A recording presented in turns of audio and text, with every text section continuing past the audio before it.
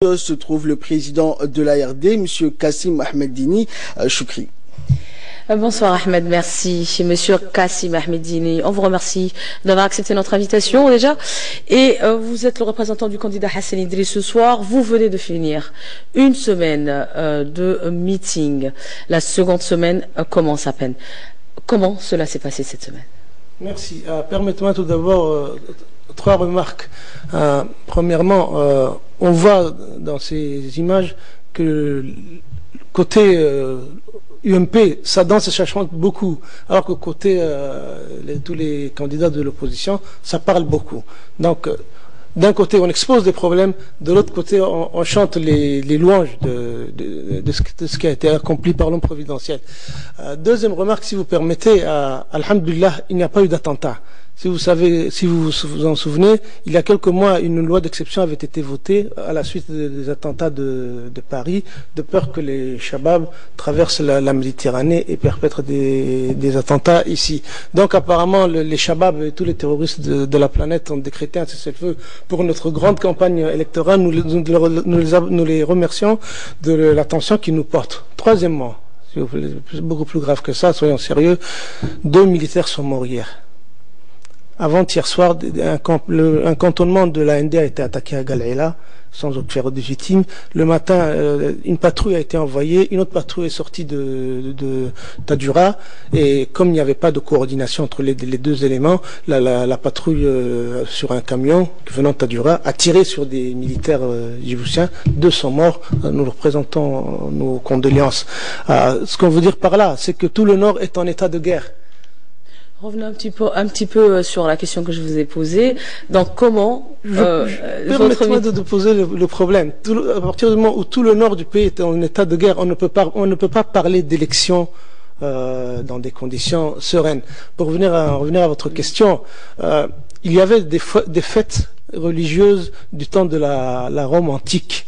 Ça s'appelait les Saturnales. C'est-à-dire pendant quelques jours, l'ordre social était suspendu, l'esclave devenait maître, le fou devenait roi, le peuple avait le droit de parler, c'était la liberté. C'est exactement ce qui se passe en République de Djibouti pendant la période électorale. La preuve, je suis invité aujourd'hui à la RTD alors que je ne l'ai... Mais vous pouvez venir le voir. Nous avons envoyé des courriers, c'est pas vous, nous avons envoyé des courriers à la direction de l'information, au ministère de l'information. Aucune de nos activités n'a été... durant la campagne? Non, avant et après. Ce que j'en dis, la campagne électorale en tant que telle, les 2 semaines, sont un espace de liberté où on donne au peuple l'impression d'avoir quelque chose à dire dans la gestion des affaires de la cité.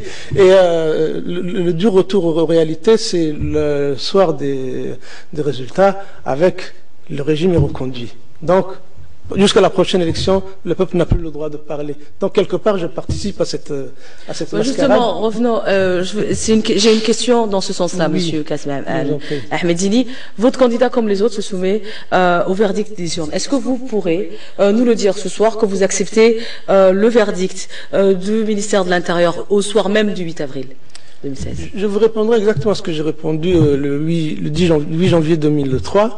Tout dépendra des rapports que nous recevrons de nos délégués dans chaque bureau de vote. Si on constate qu'il n'y a pas eu de vote, il n'y a pas eu de fraude, on n'a pas à inventer une fraude qui n'a pas eu lieu. Justement, votre candidat même, M. Hassan Idriss, avait dit dans son premier meeting, je me rappelle bien, excusez-moi, que si le 8 avril prochain, le ministère de l'Intérieur décrète, dit ceci, que le chef, le président même, qu'il que ce soit, est réélu, il le soutient.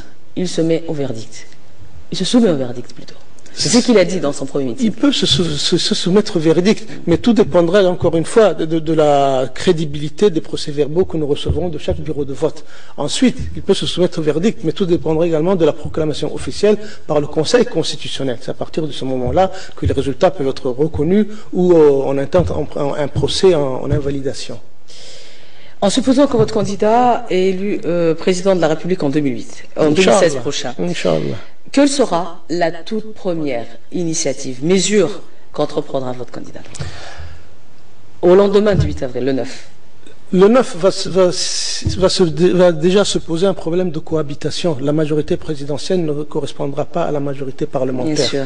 Donc il faudra trouver un modus vivendi avec l'Assemblée nationale pour conduire les affaires du pays sans heurts. Parce que le président de la République peut diriger le pays sans consulter l'Assemblée nationale.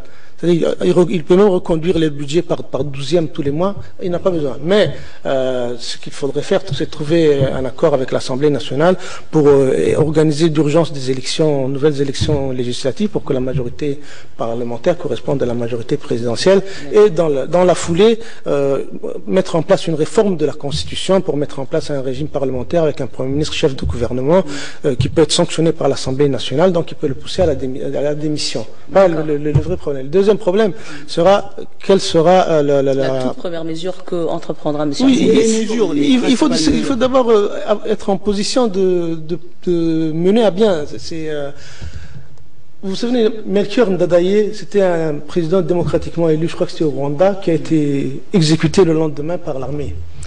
Donc il faudra trouver encore un modus vivendi avec les forces de défense et de sécurité qui ne reflètent pas dans leur composition la diversité de toutes les composantes de la communauté nationale. Donc une dernière question, si tu permets, Choukri.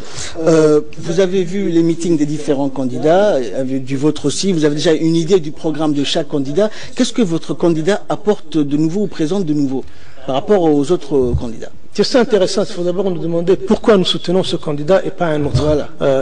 Impossible de soutenir l'UMP, nous ne sommes pas du régime. Impossible de soutenir l'USN également parce que c'est une copie du régime. Nous, à l'ARD, nous ne sommes pas de l'USN.